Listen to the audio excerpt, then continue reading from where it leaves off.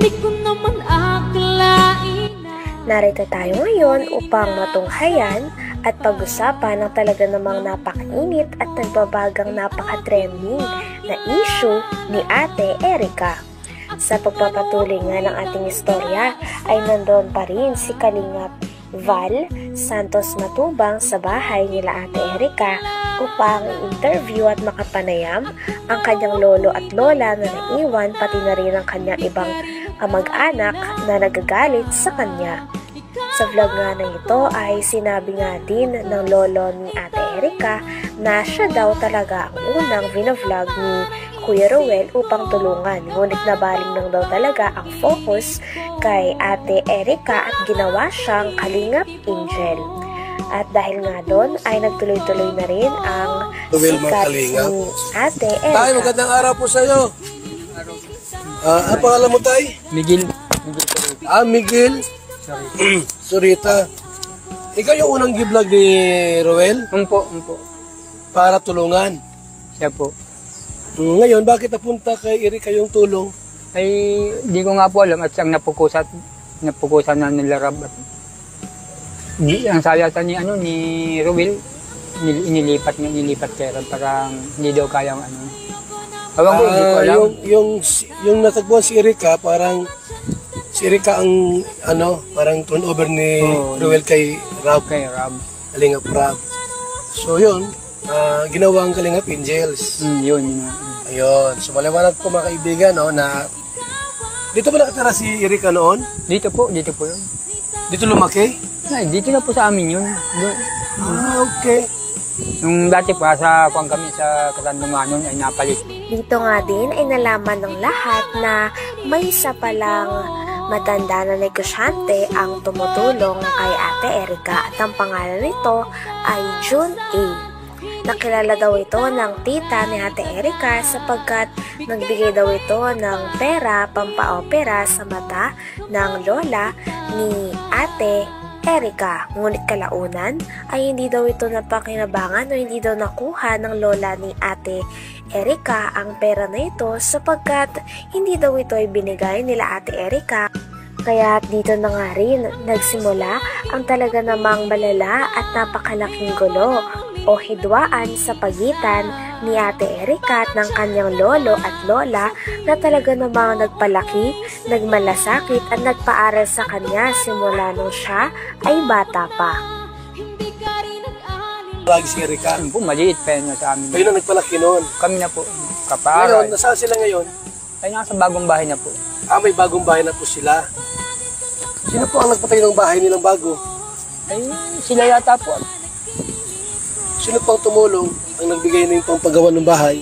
Ayun, ang pag-aalam ko po, yung nga pong nakausap naman sila, yung daw matanda ko, yung matandang Matanda? Yun, ang alam ba ganun? June E yata yun. June A? June E. Matanda na ba yun? Sabi po, matanda na. Ate, ko lang, matanda na ba si June A? Matanda na po, siguro po mga 60 or 50 yan na ganun. Nakita mo na, di pa?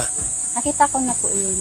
Saan mo Kasi nakita? nagpasalamat po ako rin sa kanya nung yung last baga po na vlog ni Kalingap, ni Rab, na nagbigay ko ng pampaopera ng sa mata.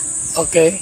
Ay, hindi po namin alam na kakontak na pala po yun. Dito nga din ay nalaman nila na habang vinavlog daw pala ni Kalingap Rab si Ate Erica ay kakontak na ni Sheila May o ng ate ni Ate Erica si Sir June A na sponsor at negosyante. Kaya naman ang nangyari ay sinabi daw ni Ate Sheila May ni Erica kay Sir June A na huwag nang padaanin ng pera kay Kalingap Rab at diretsyo na lamang sa kanila. Kaya naman ito rin ang naging rason kung bakit umayaw na si Ate Erica magpa-vlog kay Kalingap Rab. At dahil nga dito ay napatayuan na nga si Ate Erica at ang kanyang ate na si Sheila May ng bahay, at nung nakapatayo na nga ng bahay ay hindi nila sinama ang mga tao na nagpalaki sa kanila na ang kanilang lola at lolo at ang iba pa nilang kapamilya. Kaya nagsimula ito ng hidwaan. Nagbigay ko ng pampaopera ng sa mata Okay. Ay hindi po namin alam na kakontak na pala po yun Contact na nino? si Sir Jun ay. Miss Sheila May? Po. Okay. So, Yun lang yun po yung ano namin. nakita mo na si John A sa video. Mahaba yung buhok niya na. Mahaba ang buhok. Okay. So, may edad na. Mm-hmm. So, tinatanong ko si tatay kung sino tumulong sa pabahay nila. Ano po si Sir Jun dito. Sa kanya pong pabahayan. Itong pina-Erika. Wala po diyang sabi po ng mga ilagay sa kanilang pabahay. Kay Sir Jun dito. Okay. Pati mga gamit ng bahay. Okay. So, ibig sabihin ngayon, may bahay na si Erika. Sila may kumpleto ang gamit. Okay. So, ang nagpabahay niyan, si John A. Si Sir Jun. Hindi ang e-lovers. Hindi po. Hindi ang e-lovers. Inaangkin lang po ng mga ilagay. Inaangkin nila na sila Kaya nagpabahay sila niyan. nagagalit kasi ayaw nilang Simula nga daw nung bagong taon at naggaling sa ospital ang lola nila, pagkadating daw ng lola nila sa bahay ay nakahakot na daw kagad si Ate Erika at ang kanyang ate Sheila May. Nang sa ganon ay makalipat na sila. At nung nakalipat na sila sa bahay na pinatayo ni Sir Jun A ay hindi na raw sila muling bumisita sa kanyang lolo at lola at iba pang kamag-anak.